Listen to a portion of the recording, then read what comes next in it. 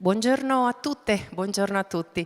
Un caloroso benvenuto dall'Università degli Studi di Padova in questa meravigliosa aula che molti conoscete, molti forse non conoscono, che è intitolata a Galileo Galilei. È la nostra aula magna. Prende ora inizio la cerimonia di conferimento del dottorato di ricerca ad honorem al professor Gary Gereffi, che abbiamo molto piacere di ospitare in un fitto e ricco pomeriggio di discussioni, confronti sui temi a lui cari e cari anche all'università, i temi della globalizzazione. Vi chiedo di alzarvi in piedi perché il corteo accademico fa ora ingresso nell'aula magna. Il corteo accademico è composto da felucato, docenti togate e togati del Dipartimento, delegate e delegati della rettrice, prorettrici e prorettori, ovviamente dalla direttrice del Dipartimento di Scienze Economiche e Aziendali Marco Fanno, dal prorettore vicario e infine dal dottorando ad honorem con la magnifica rettrice.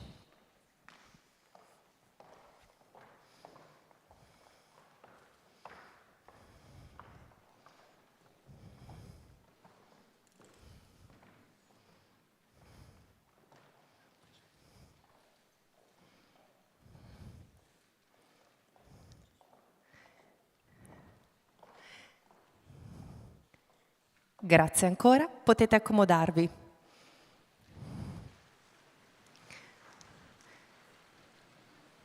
La cerimonia si avvia con la lettura della Laudatio a cura della magnifica rettrice dell'Università degli Studi di Padova, Daniela Mapelli.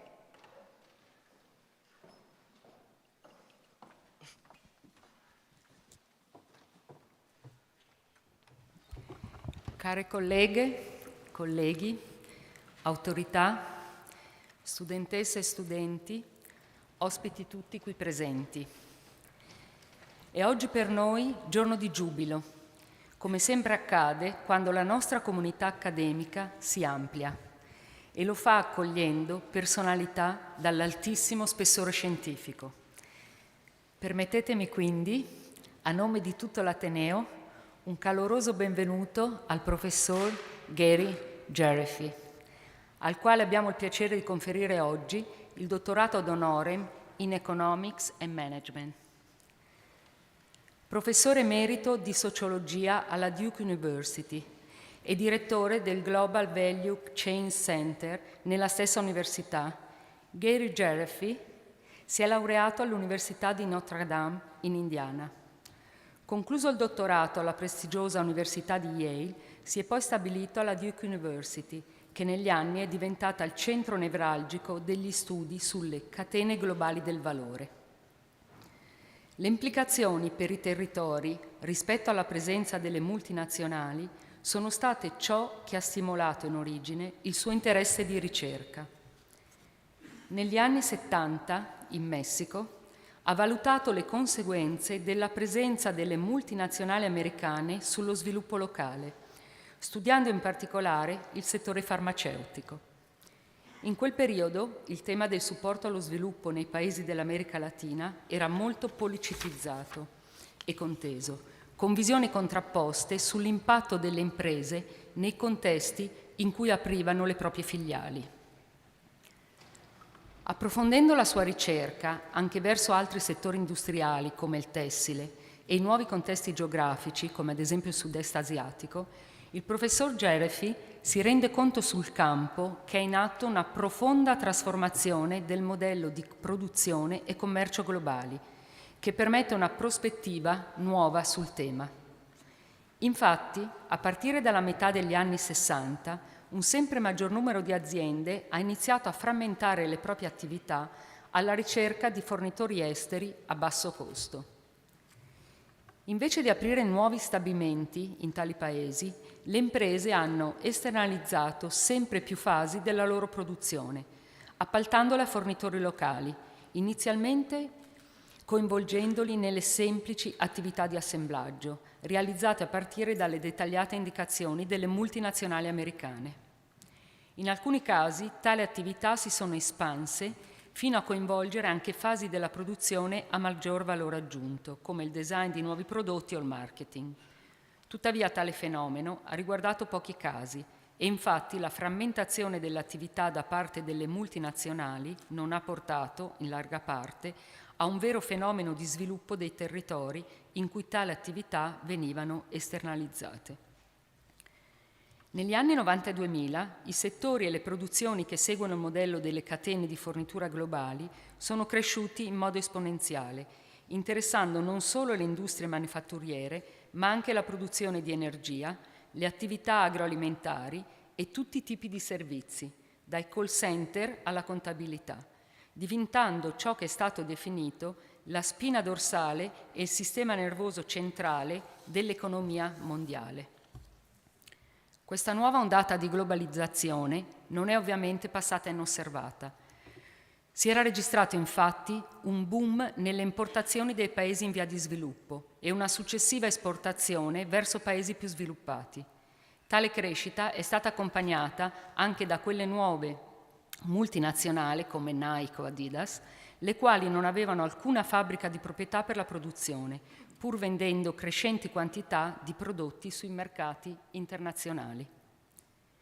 In questo contesto, l'intuizione del professor Gereffy è stata quella di cogliere l'importanza di un livello intermedio tra i paesi nei quali sono misurati i flussi di import ed export e quello delle singole imprese multinazionali, le catene globali di valore. Le Global Value Chains, come sono conosciute nella letteratura internazionale, sono reti di imprese indipendenti in cui ognuna è responsabile di una o più delle attività necessarie a realizzare il prodotto finito.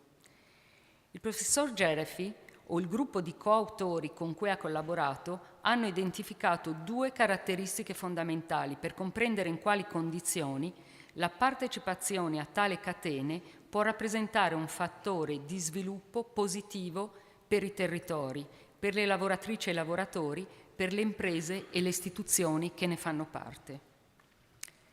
La prima, chiamata governance, suggerisce che nelle catene globali del valore, che coinvolgono soggetti amministrativamente indipendenti, il valore economico generato non è distribuito in modo uniforme tra i soggetti. Infatti, raramente tali catene si coordinano spontaneamente attraverso scambi di mercato. Al contrario, sono governate da aziende leader che, per usare le parole dello stesso Gereffy, determinano cosa viene fatto e da chi, a quale prezzo e utilizzando quali standard, e che si appropriano quindi della maggior parte del valore economico realizzato. Il secondo elemento fondamentale riguarda le strategie messe in atto da imprese, paesi e altri attori economici per mantenere o migliorare la propria posizione nell'economia globale. Tali strategie e azioni prendono il nome di upgrading. Questo termine è stato utilizzato. Il professor Gereffy non si è mosso in solitaria, ma si è speso per creare un più ampio gruppo di lavoro, composto da colleghi di discipline diverse e specializzati in contesti territoriali differenti.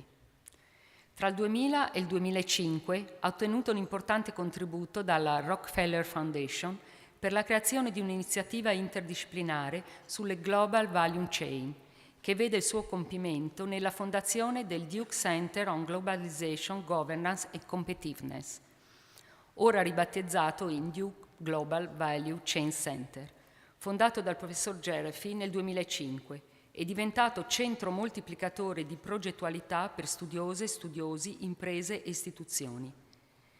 Contemporaneamente ricerca instaccabilmente la collaborazione con importanti istituzioni internazionali e regionali.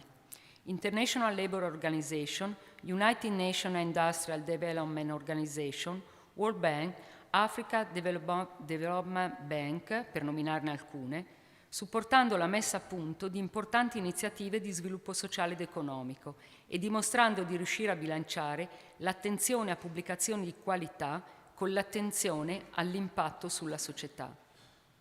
Collabora ad esempio con il Ministero del Commercio Estero in Costa Rica per comprendere le opportunità economiche e i rischi per le imprese locali legati alla partecipazione a catene globali del valore nel contesto dei settori dei dispositivi medici, dell'elettronica e dell'aerospaziale, o con l'americano Environmental Defense Fund per studiare comparti in cui nuove tecnologie ambientali possono contribuire a ridurre gli impatti sull'ambiente e a creare nuovi posti di lavoro. Costa Rica, Cina, India, Kazakistan, Messico. Sono tantissimi paesi in cui il professor Gereffi ha viaggiato per portare la propria conoscenza e collaborare con istituzioni e imprese locali. Tra questi, un ruolo speciale è stato volto dall'Italia e in particolare da Padova. Dalla metà degli anni 2000 in poi si sono susseguiti infatti vari periodi di studio nel nostro territorio, che è diventato osservatorio privilegiato per comprendere le strategie messe in atto da piccole e medie imprese per trarre vantaggio dalla partecipazione a catene globali del valore e le implicazioni di tali trasformazioni per la prosperità di territori ad alta vocazione manifatturiera, quelli che noi chiamiamo distretti industriali. Il fruttuoso sodalizio professionale con colleghi del nostro Ateneo è sfociato nel 2016 e nel 2022 nell'organizzazione di importanti workshop internazionali e nel 2018 nella pubblicazione di un libro che fonde la tradizione della Global Value Chain, di cui è portatore, con la tradizione delle analisi dei distretti industriali e delle imprese manufatturiere. Dopo la recente inaugurazione del nuovo anno accademico e dopo le celebrazioni che hanno ripercorso gli 800 anni della nostra gloriosa università, oggi qui celebriamo il professor Gary Gereffi, che ha saputo spaziare su un fronte amplissimo di problemi legati alla globalizzazione e allo sviluppo, uno sviluppo economico, inclusivo e sostenibile, trovando il necessario compromesso tra l'analisi delle strategie delle imprese con un approccio micro e le politiche dei territori con uno sguardo più macro. In tutta la sua straordinaria carriera, il professor Gary Gereffi ha mostrato curiosità nel trovare soluzioni, contaminazione profonda dei saperi, tenendo strettamente intrecciate passione e metodo scientifico. Non è vero, scusate, passione accademica e sociale. Queste sono caratteristiche che ci ricordano i valori alla base del nostro Ateneo, le cui cifre fondanti sono libertà e sguardo rivolto al futuro. Benvenuto tra noi, Gary Gereffi.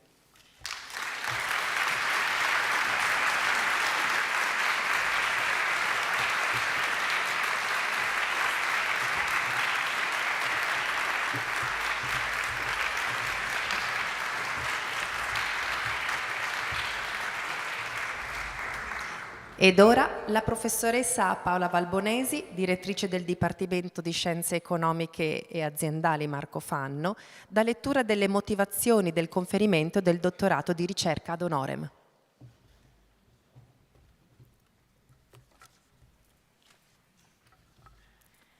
Magnifica rettrice, gentili colleghe e colleghi, studentesse e studenti, autorità, signore e signori, il Dipartimento di Scienze Economiche e Aziendali dell'Università di Padova propone di conferire al professore Gary Gereffi il dottorato di ricerca honoris causa in Economics and Management per aver sviluppato la teoria delle catene globali del valore o Global Value Chain.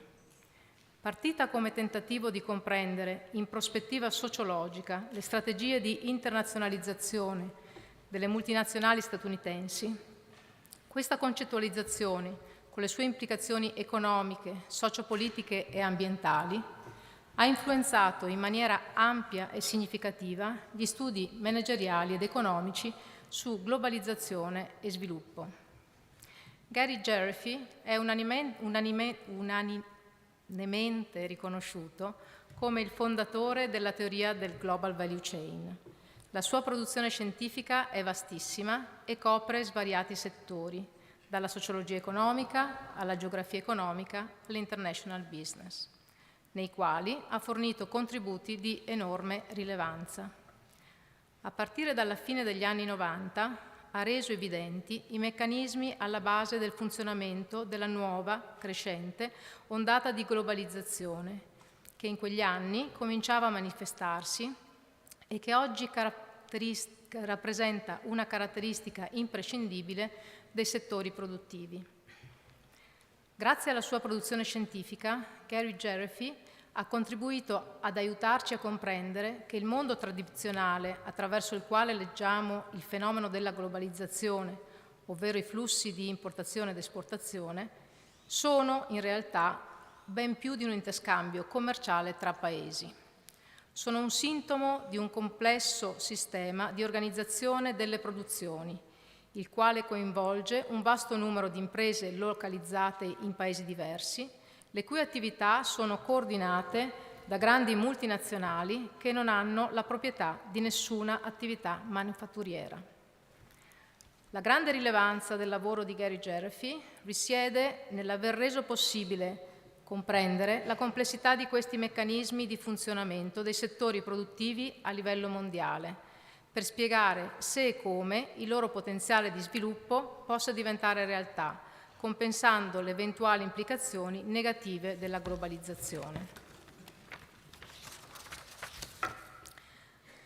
Catalizzando prospettive di diverse discipline, Gary Geraghty ha costruito una teoria capace di dare una chiave di lettura efficace per intendere le trasformazioni economiche in atto negli anni 80 e 90 e più recentemente le trasformazioni legate alla crisi derivante dalla pandemia, durante la quale le interruzioni negli approvvigionamenti hanno reso drammaticamente evidente a tutti la pervasività delle catene di valore.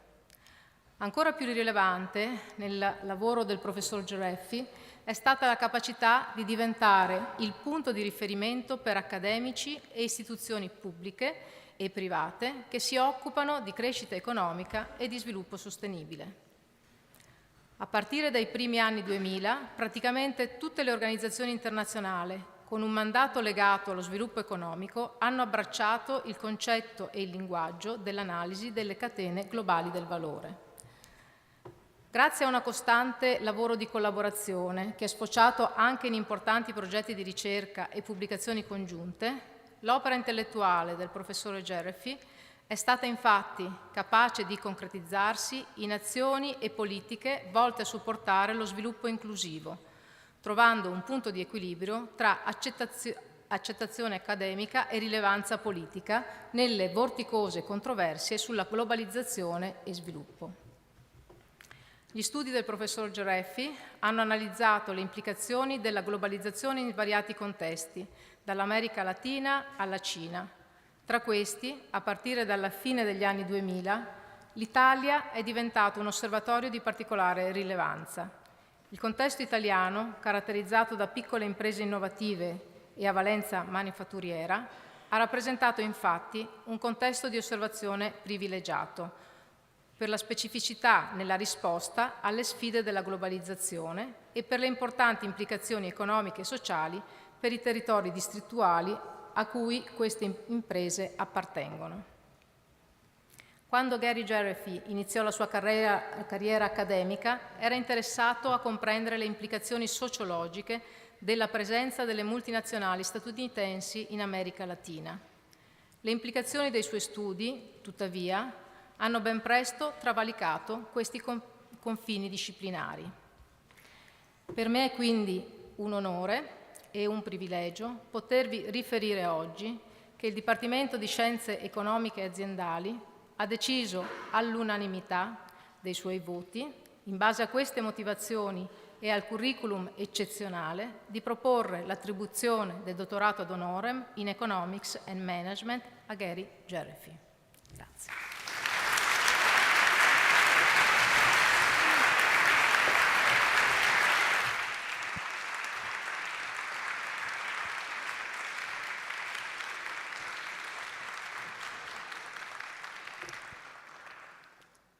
Ed ora torna a prendere posto al podio la magnifica rettrice dell'Università degli Studi di Padova, la professoressa Daniela Mapelli, per la lettura della formula di proclamazione e conferimento del titolo di dottore di ricerca. I invite you, Professor, to stand up. Just the professor, please. Thank you. Repubblica Italiana, in nome della legge. Noi, professoressa Daniela Mapelli, rettrice dell'Università degli Studi di Padova. Vista la deliberazione del Collegio Docenti del corso di dottorato in Economia e Management dell'Università di Padova del 17 giugno 2019, nella quale si propone di conferire a Gary Geraghty, nato in Pennsylvania il 23 luglio 1948, il dottorato di ricerca ad honorem in Economia e Management. Visto l'articolo 169 del testo unico delle leggi sull'istruzione superiore, approvato col Regio Decreto del 31 agosto 1933, numero 1592, visto l'articolo 8 della legge 21 febbraio 1980, numero 28, vista la deliberazione del Dipartimento di Scienze Economiche Aziendali Marco Fanno dell'Università di Padova del 4 settembre 2019, vista la delibera del Senato accademico del 14 luglio 2020, vista l'approvazione del Ministero dell'Università e della Ricerca con lettera di protocollo numero 184664 del 29 settembre 2022, conferiamo a Gary Geraghty il dottorato di ricerca ad honorem in Economia e Management e gli rilasciamo il presente diploma a tutti gli effetti di legge. Padova, 13 marzo 2023. Congratulations.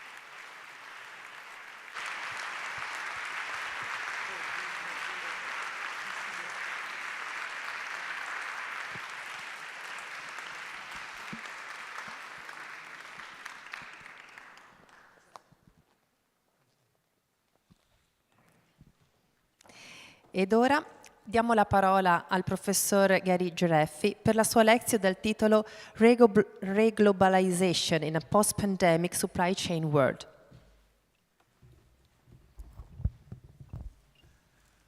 First of all, let me say what a great honor it is for me to be recognized with an honorary doctorate from the University of Padova. I would like to give my deepest thanks to the rector of the university, to the director of the Department of Economics and Management, and to all the faculty members here who have helped make this honor possible. Padova is one of the most distinguished and oldest universities in the world, and it's a fantastic honor to receive this degree from this university. In addition, however, receiving this honor in Italy and in Padova is especially meaningful both personally and professionally. Personally, I have family ties to Italy because the parents of my father migrated from southern Italy to the United States in the early 20th century. So I'm part of a very big wave of Italian immigrants growing up in the United States, and I've always been very proud of my Italian heritage. But professionally, it's also extremely important to have this distinction from the University of Padova because it brings together two parts of my professional career. In 2005, as was noted by the rector in her remarks, it was the end of something called the Rockefeller Foundation Global Value Chain Initiative that gave rise to this framework when I and a number of colleagues from around the world were trying to create this framework. And in that year, 2005, we created the Duke Global Value Chains Center. So that was important in terms of the global value chain framework. But also in the spring of 2005, I had a chance to teach a course, 2 courses actually, at Venice International University, which was part of a consortium with Duke University. And a number of the faculty who are sitting here, who are connected both with the University of Padova and other universities in Italy, including Ca' Foscari, have been very influential in helping me understand how knowing more about Italy helps us understand more about global value chains. And I would say there's at least 3 different ways that working in Italy and on Italy has helped the development of that framework. First, I think teaching in Italy and working with my Italian colleagues gave me a much better understanding of the continued dynamism of local places, in particular Italian industrial districts that have been so well known around the world despite the trends towards globalization and many other areas. And I think the field research in particular that my Italian colleagues have conducted and I was able to share with many of them really gives deep insights into the continuing value of local places and local competitiveness in the global economy.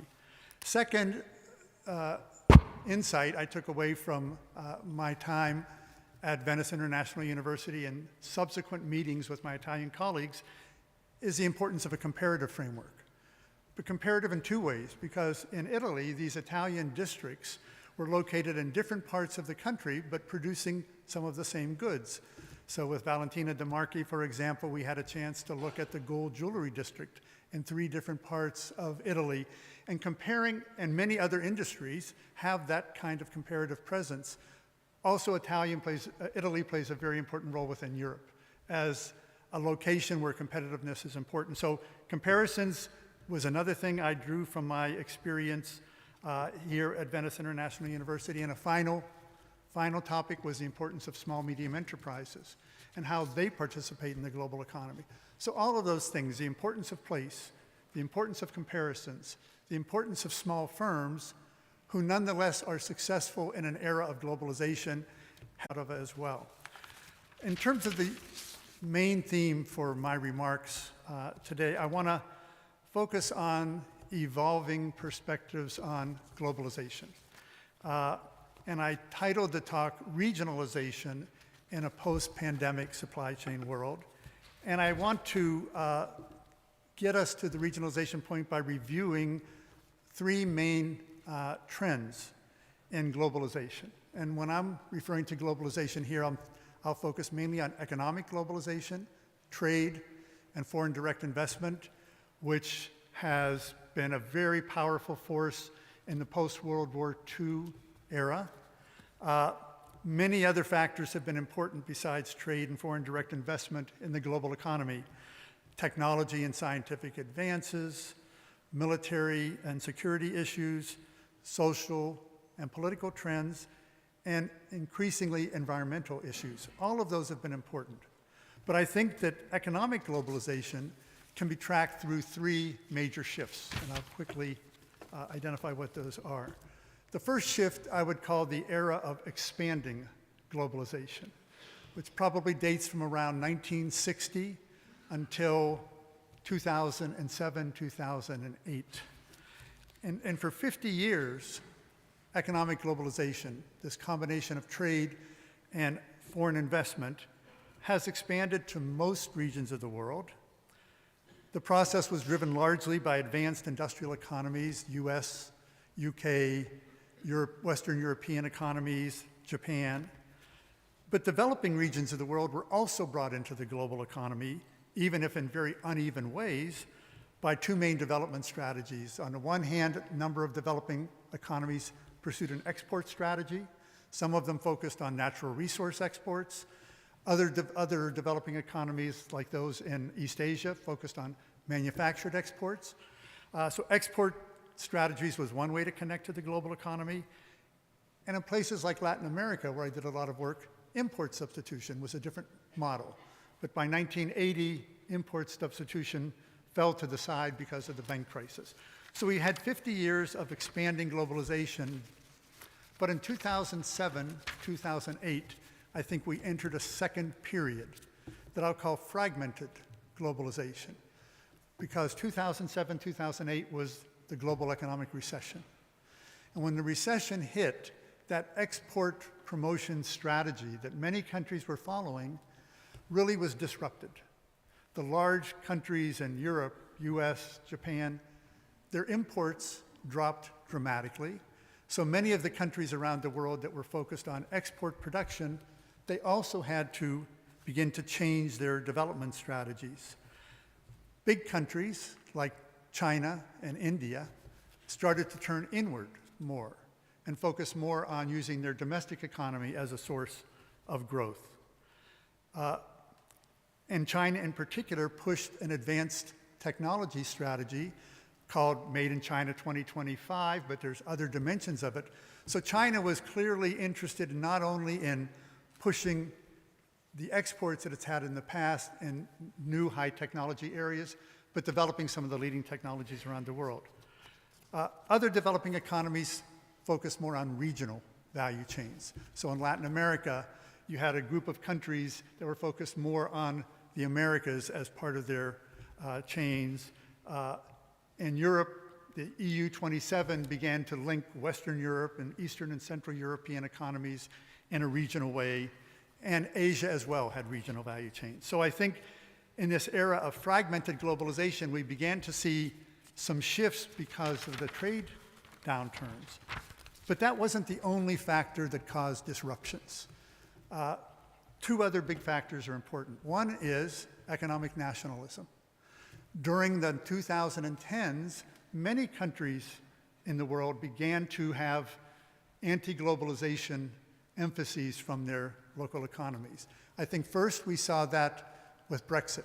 When the UK withdrew from the European Union, that was telling us that certain parts of the UK economy felt that they could gain more outside of a regional framework than inside.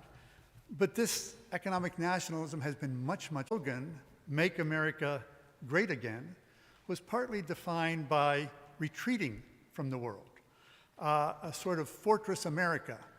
Other places it might be fortress Europe. So I think we have to understand globalization was defined partly by people who wanted to return to an international economy made up of nation states.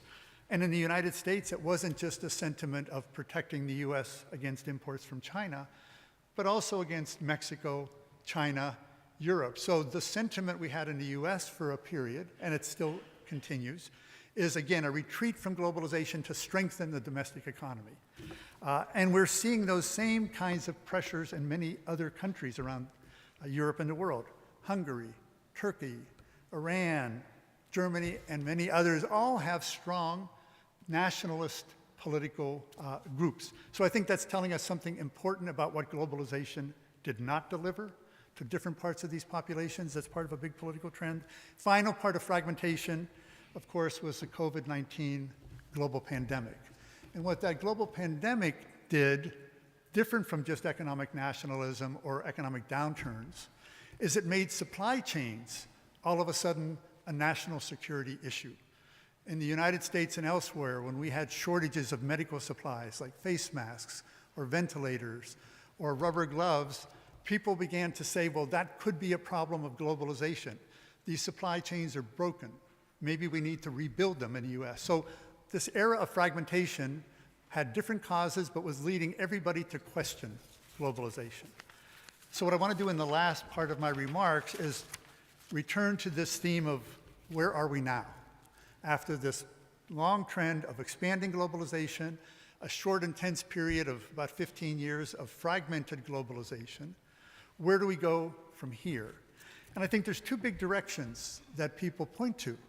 There's one group, big group in lots of places, that says we should focus on deglobalization. Globalization itself has spread things too thin, made countries too vulnerable. So we should retreat perhaps into a world built around countries or nation states trading with one another like we had 150 or more years ago. Technically and practically, I think this is an impossible goal, even for the largest economies, for multiple reasons. Natural resources are global. No one country is going to have all the natural resources they need, so you have to rely on the global economy. But very importantly, industry supply chains are global. Every industry in one country, Adidas, the biggest athletic footwear company in the world, had tried to set up plants in Germany and the United States to make simple shoes, and they failed. They weren't able to bring the supply chain parts even for shoes. So I think that it's telling us that not only for supply chain reasons, but economically and politically, deglobalization is too risky. It puts, and importantly, I think international partnerships are still needed today more than ever. We see that not only in the military arena or geopolitical security, as with the current situation, the Russian invasion of Ukraine and other military conflicts. Scientifically, we see it, the importance of COVID-19 vaccines and international cooperation that led to those. And on a global scale, very important issues like climate change and global health. So what does regionalization mean in this context? What would it look like? I think this is where we would return to some of the key insights of the global value chain framework, because in the global value chain framework, we focused on global industries of different kinds. And in those industries, we asked questions, who controls those global industries? Which firms? So there's always asymmetries of power in these global industries. So what's the governance structure of these chains look like? But also, what do the upgrading pathways for different countries that participate in those industries look like? So I think from a value chain point of view, we want to know who creates value in the chain, who captures it, and how are the gains distributed to different countries that are part of these value chains. So I would conclude by saying I think reglobalization poses four main challenges that our research now has to confront as we move forward. One is, how do we rebuild more resilient value chains after the era of fragmentation that I mentioned?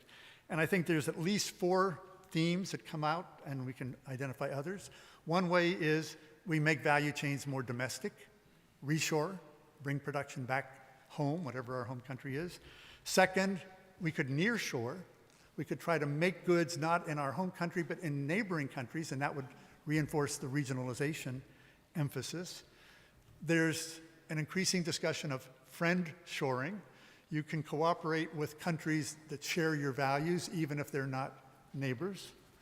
And then I think we also have a type of strategic partnership. We have countries, every country is going to have other countries that they are strategic partners with. So any of those different ways would reconfigure the value chain in light of how do we rebuild them. So reshoring involves focusing on what you make. In the United States, this is a big topic.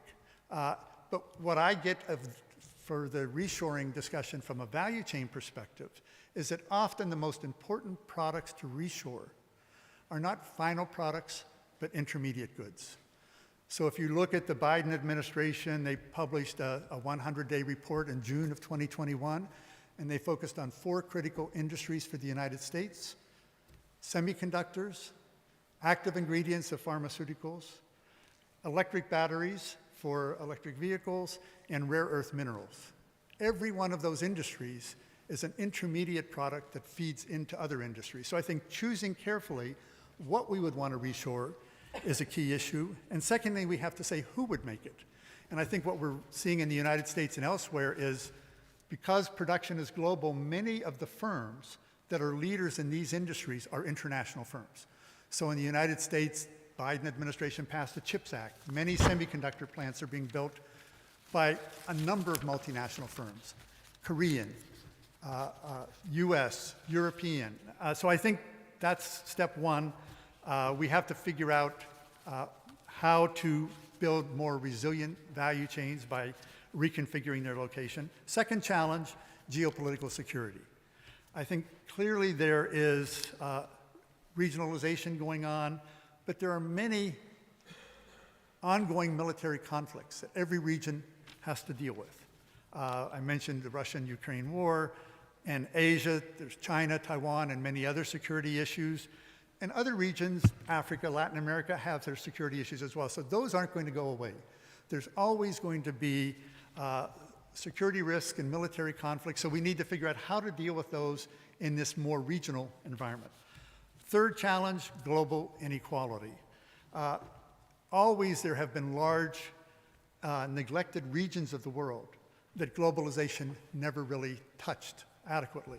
There's a lot of research by European scholars in sub-Saharan Africa, for example, in different ways of creating new development strategies in that region. I've done a lot of work with colleagues on Latin America and elsewhere. So I think we have to pay attention to global inequality. And finally, and I think of growing importance, the fourth challenge, I think, is sustainability. Climate change and sustainable development has been part of what the United Nations has called attention to through its sustainable development goals. But I know a lot of my colleagues here in Italy and elsewhere are focusing on what are the new research questions around sustainability and how can we actually better understand those based on our prior research. I think the problems in sustainable development are fundamental and complex, but perhaps they can bring the large technically advanced countries of the world together around helping to propose solutions for the entire world that would involve input from all different regions. So I think we've got a great agenda of important topics going forward. I think, and I know that my Italian colleagues, who I am particularly close to on many of these issues, are already doing extensive research, but I think internationally, these are the challenges we have to face going forward as well. So I think globalization is still with us. It's taking on different characteristics, but I think these themes of regionalization, sustainability, and dealing with continued economic competitiveness will be the challenges for the 21st century. Thank you very much.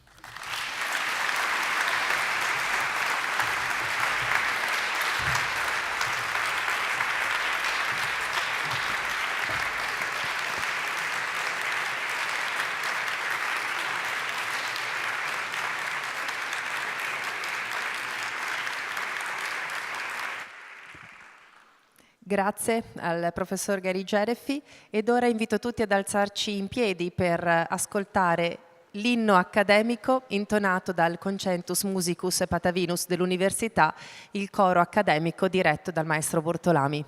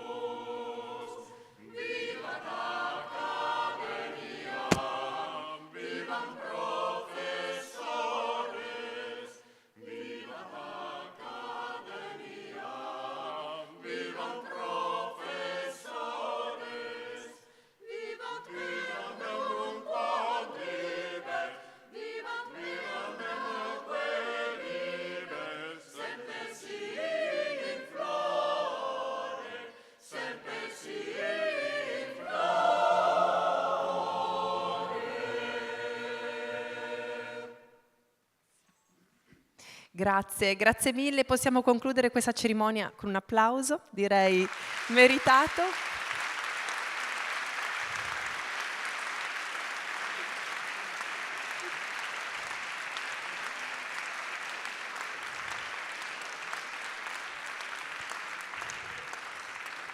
I lavori per questo intenso pomeriggio continueranno alle 16:30 con il workshop organizzato dal Dipartimento di Scienze Economiche Marco Fanno dal titolo Global Value Chain Studies, Taking Stock, Looking Ahead, quindi vi invito, per chi lo desidera, soprattutto parlo anche a chi ci segue in streaming, di collegarsi al webinar previsto per le 16:30 e invece per tutti i presenti grazie di essere stati con noi. Grazie.